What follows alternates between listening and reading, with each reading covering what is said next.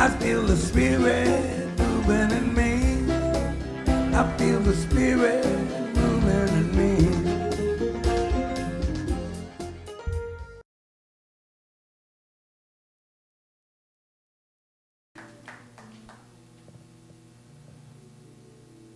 How do you spell love? Well, that question was asked, or a similar question was asked of some children. They were asked, what is love? And Carl, age 5, said, love is when a girl puts on perfume and a boy puts on shaving cologne and they go out and smell each other.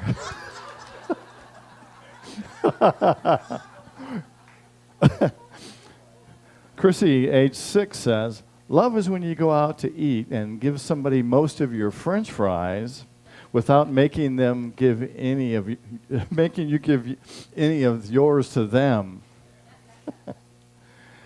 Danny, age 6, said, love is when my mommy makes coffee for my daddy and she takes a sip before giving it to him to make sure it tastes okay. Isn't that sweet? Oh. Nikki, age 6, said, if you want to learn to love better, you should start with a friend who you hate. Wow.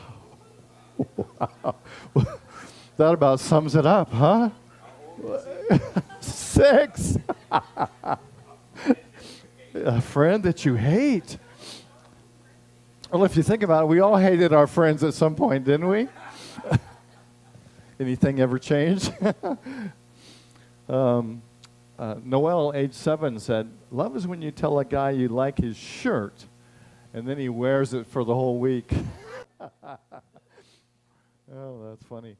Mary, age 4, says, love is when mommy sees daddy smelly and sweaty and still says he's handsomer than John Legend. I don't know if that's possible. And then Christy, age 7, says, I know my older sister loves me because she gives me all her old clothes. And she has to go out and buy some new ones. Well, I thought it'd be fun today, since Valentine's Day is coming up, to look at the legend of Valentine's Day. And when I researched this, I found there's a couple different ways, or a couple different ideas on how this story came to be. But I thought it would be fun to look at it and to see if we can see ourselves in this story. The story of Valentine's Day begins in the 3rd century with an oppressive Roman emperor, Claudius II, and a humble Christian martyr, Valentinus. Now, Claudius had ordered all of the Roman people not to worship gods. You know, the Romans have 12 gods. And, so Claudius said, I want you only to worship the 12 gods and not the Christian gods. And Valentinus was upset with this, and he was determined, being a devout Christian, that he was not going to listen to this advice. And so he continued to worship and to talk about Jesus and the message of Christ. And so he was arrested and imprisoned because of these actions and these beliefs. And the jailer that was watching his cell didn't quite look like this. Was probably a little bit more intimidating than this guy. But the jailer recognized in Valentinus, or Valentinus, I don't know how to pronounce that, so I'll say it different ways, so just go with me. Comes out different ways every time I say it. But he recognized the intelligence of Valentinus. See, there you go again. And so he said to Valentinus, will you educate my daughter? My daughter is very beautiful, and she loves knowledge, and she wants to know about Roman history, and she wants to know about science, and she wants to know about math. Will you help her? And Valentinus said, of course, bring her to me. So the jailer brought his daughter to Valentinus, and they studied, and he taught her so many things. And one of the things that he taught her was about faith and about love and about praying. And she asked Valentinus, she said, "Does God really hear our prayers?" And Valentinus says, "Yes, my child, God hears each one." And Julia said, "Do you know what I pray every day?" Now, what you don't know is that Julia is blind. She was born blind. And she said, "My prayer is that I pray that I might see." And Valentinus said, "Well, I will pray with you that prayer." And he said, "Do you believe? Do you believe in God?" And she said, "Oh, Valentinus, I do believe. I do believe." And he took her hands and he knelt down with her and they prayed together. And then instantly there was a bright light in the cell. And she said, "I can see. Valentinus, I can see." And Valentinus says, "Praise God. You can see because you had the desire to see." And on the eve of his death, Valentinus wrote a last note to Julia, urging her to stay close to God. And he said, and he signed it with, "From your Valentine." And there is how we get the tradition of passing Valentines on to each other. His sentence was carried out the next day, February 14th, in the year 270 AD, near a gate that was later named Porta Valentini in his memory. He was buried near this church, which is titled the Church of Praxedes, and it's in Rome. And it said that Julia planted a pink-blossomed almond tree near his grave. And today, still, the almond tree remains a symbol of abiding love and friendship. So let's look about how does this story affect us? You know, one of the things I like about metaphysics, when we look at something metaphysical, we're looking for what is the deeper meaning in this story? What does this mean for me beyond the sort of the surface understanding? If we look at these characters metaphysically, which means we look at them in a way that each one of the characters in this story represents an aspect of ourselves, right? And that's what I love about metaphysics, because you can really look at, you know, how am I? How am I thinking? What am I doing? And we can look deeper at ourselves because we can see ourselves in these other characters. So Emperor Claudius represents our personal will, right? That's that part of us, our ego, that part of us that wants to be right all the time. Got that part of you? You know, that ends up getting us in precarious situations sometimes. You ever notice? It's like, damn it, I'm going to be right. I don't care who I hurt, if it kills me, whatever, I'm going to be right. You ever been there? Probably not. This crowd's probably a little bit more enlightened, I think, than that, right? So Claudius represents that part, the rule maker, the standard setter. You know, the one that says, you know, the only gods you're going to have are the gods that I tell you that you can have. And our ego says, you're going to do things this way, everybody's going to do things this way because I know what's right. Yeah? And the other gods, Zeus was one of the 12 gods, and the other gods are the distractions. They are the things that get in our way of expressing our truth. What are some of those gods? Technology, yeah. Where's my phone? Everybody, check where your phone is, all right. How many times do you do that a day, right? How many times do you forget to be present and you go looking for your phone, right? And it's here. Yeah, I can breathe easy again. What else gets in our way? Judgments. Oh, yeah, how we think people are or how we think they should be. You know, judgment is one of the fastest moving laws in the universe. As soon as we judge somebody or something, it changes the energy right now. As soon as we judge somebody, it shuts us down. We cannot see the depth of the Christ in somebody as soon as we judge them. What else gets in our way? Anger. Oh, yes. Oh, ever notice when your heart is open and then all of a sudden you get into the angry place, all of a sudden your heart does what?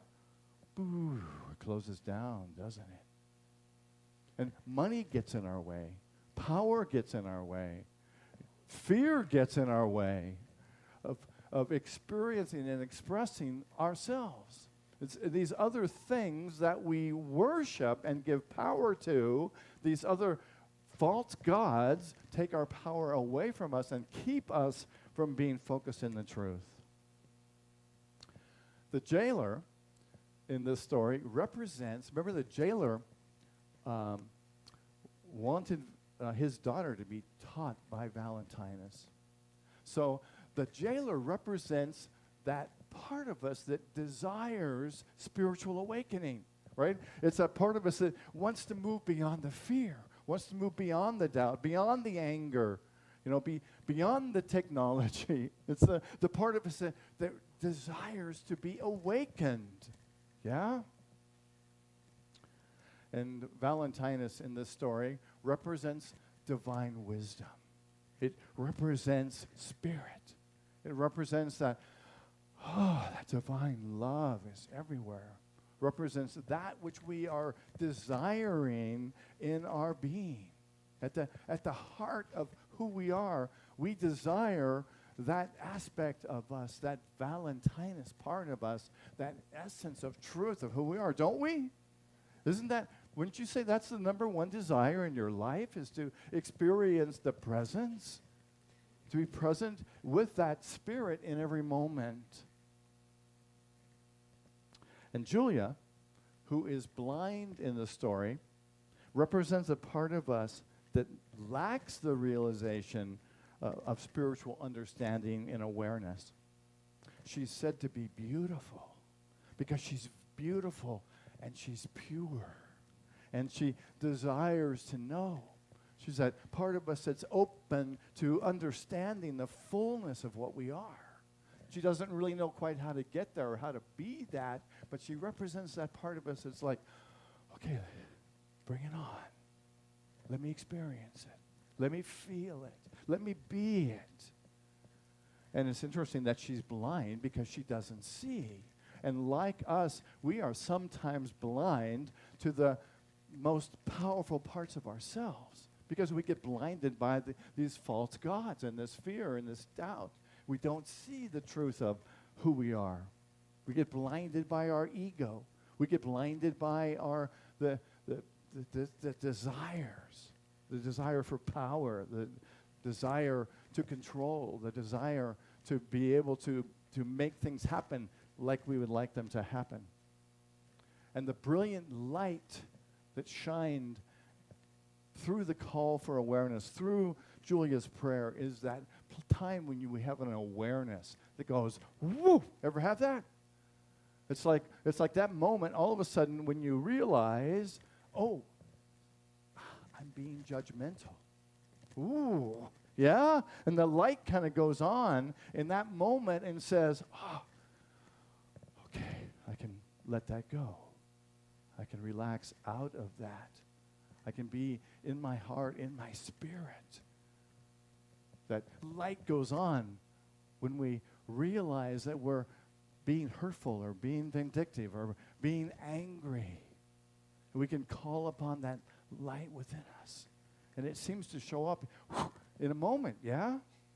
And the more that we call upon that light, the more that we affirm that light, the more we appreciate that light, the more we will experience of it. Because it's right here all the time.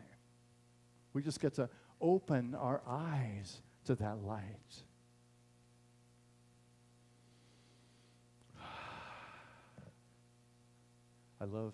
I love this pink almond tree. Represents Julia planted this tree next to Valentine's grave as a beautiful reminder of the power of love that's digging its roots in and showing its beauty to everyone who comes near. It's kind of like that's the expression of the love that we get to share that moves out into the world as we embrace it and embody it and share it. Other people will enjoy it and pick it up and experience it and express it in their lives as well. Yeah. So this story is our story. This story is your story. This story is a story about letting go of our personal will. It's about letting go of the need to control. It doesn't mean that we step out of our power, but it means that we step into the power of Spirit and come into our power through love and light, truth. This story reminds us to look beyond our ego and to be able to see the fullness of life. It means opening our eyes, maybe even becoming aware initially of what we can't see, and affirming to the universe that I'm willing to see what I can't see. I'm willing to look into the mirror of my life and see what my blind spots are, and to be able to move beyond those blind spots, to move beyond that fear, to move beyond that doubt, to be able to be all that we can be all the time. She represents the part of us that sometimes loses focus on the gifts that we have to share. Ever become blind to your own truth? She represents that part of us that needs to wake up. So how are you showing up in the world? And I invite you to take this question with you today, if you don't remember anything else, but to ask yourself numerous times this week, how am I showing up? How am I in this moment? Yeah? And just kind of check in with yourself and say, how am I impacting the situation that I'm in, the people that I'm with? How am I impacting my friends? How am I impacting my significant other? And just kind of pull up that mirror and look. Can I see who I am? Am I coming from a place of fear? Am I coming from a place of doubt? Or am I coming from my God self, my Christ self, my Spirit self? How are you showing up? Who are you? That Christ self is the truth of who you are. All the rest of it's just an illusion created by making judgments about what your experience is. The truth is you are a perfect expression of light, of love, of Spirit, of God. That is your truth. That's who you are called to be.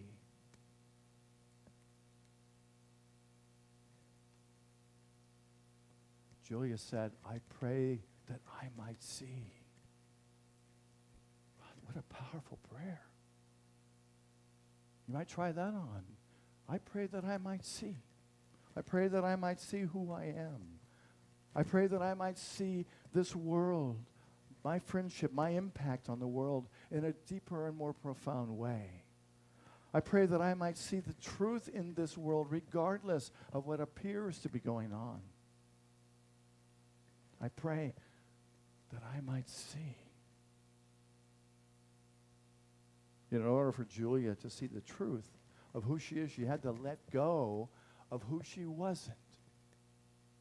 She's a great model for us about letting go and being present. I love this quote from, how many of us read Return to Love years ago when it came out? And this infamous quote of Marianne Williamson, I'm sure you've heard it before, but it's one of the most powerful quotes from this book, comes from chapter 7. And she writes, "Our deepest fear is not that we are inadequate. Our deepest fear is that we are powerful beyond measure. It is our light, not our darkness, that most frightens us. We ask ourselves, who am I to be brilliant, gorgeous, talented, fabulous? Actually, who are you not to be? You are a child of God. Your playing small doesn't serve the world. There's nothing enlightened about shrinking so that other people won't feel insecure around you. We are all meant to shine as children do. As we are liberated from our own fear, our presence automatically liberates others. Wow, when you are shining your light and you are here to be and you are being who you are, it frees others up to do the same. So we need to open our hearts. Valentine taught Julia to open her heart, to see her own value. And in doing so, she was able to see the world clearly. She said, I do believe. When we affirm with such conviction, our hearts open and we are transformed. I behold the beauty of all life within myself. I am a perfect expression of divine love. Let's say that last part together. I am a perfect expression of divine love.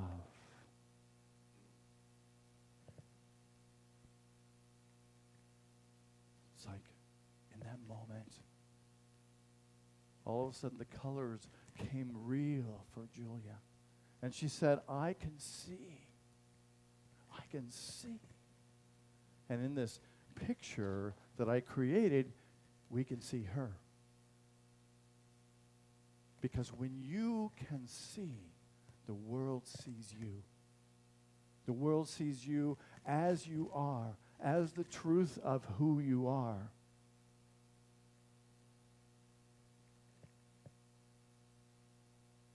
And you can be a blossoming almond tree, a demonstration of this in the world. So how do you spell love? Well, here's 5 steps to create love. Actually, I think it's only 4. But if you count this one as the first one, we'll say it's 5. So L is to let go of old beliefs and fears. And let's say the affirmation together. I release all beliefs in unworthiness. These error beliefs have no power over me. Feel that for a moment. Your error beliefs have no power over you.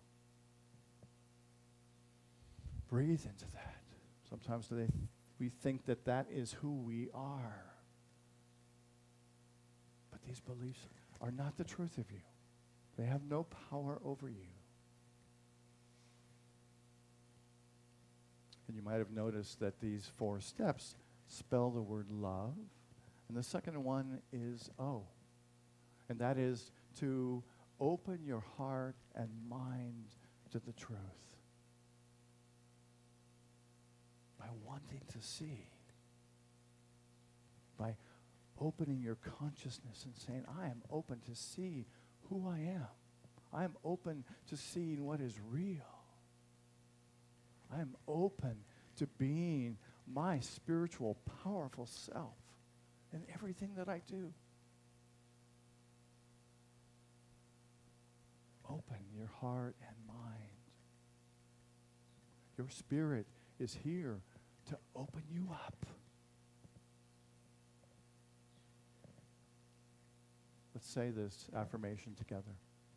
My heart is open, and I am open to knowing my truth. Are you open to knowing your truth?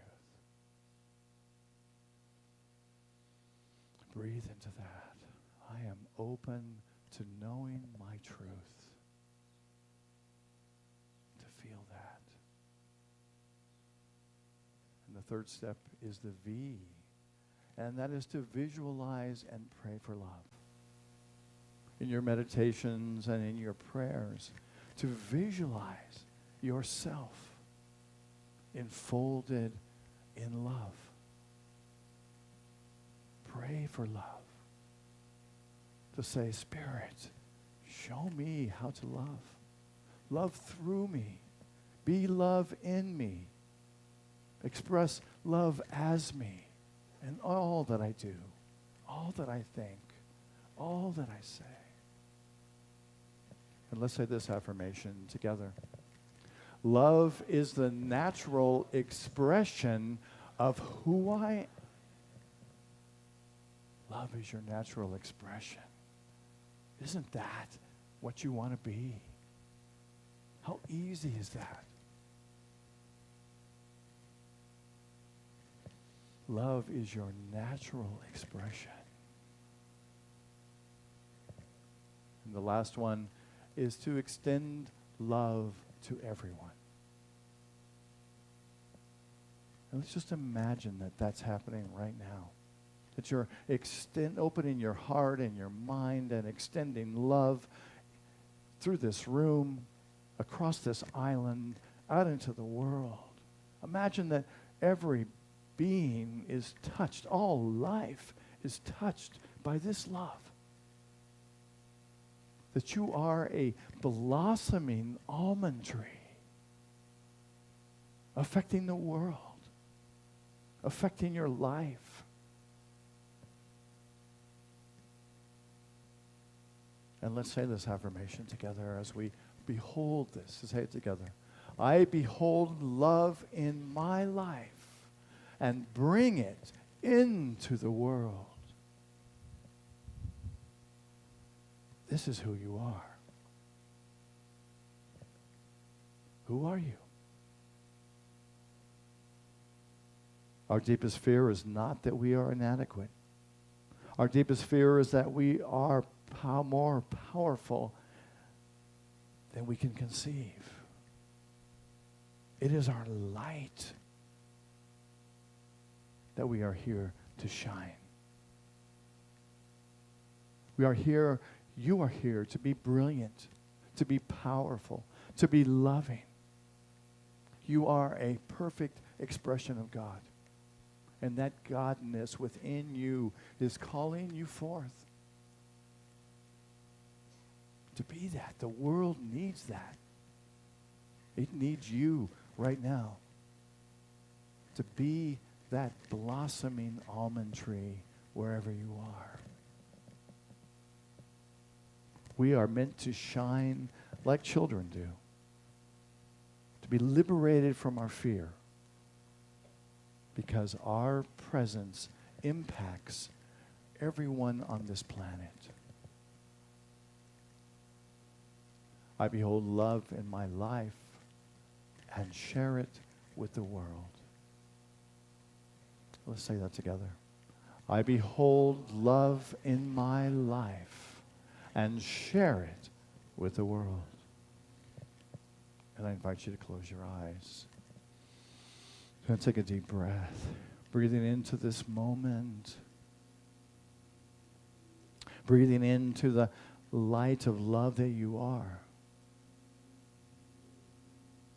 And to check in now and say, who am I?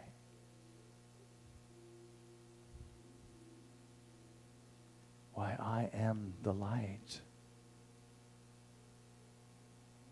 I am a beacon of light called into this plane of existence right now.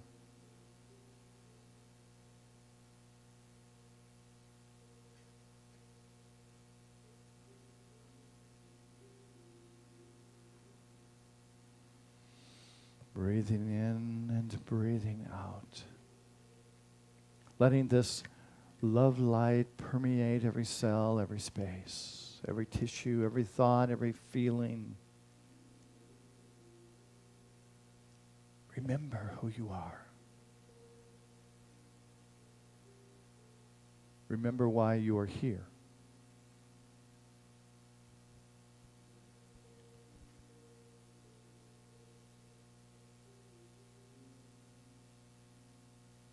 Thank you, loving Spirit, for this truth that sets us free as we embrace the love within us and share it with all life.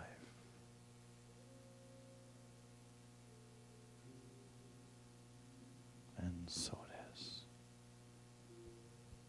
Amen.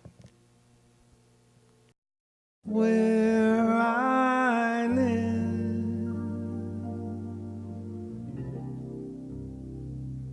there are rain.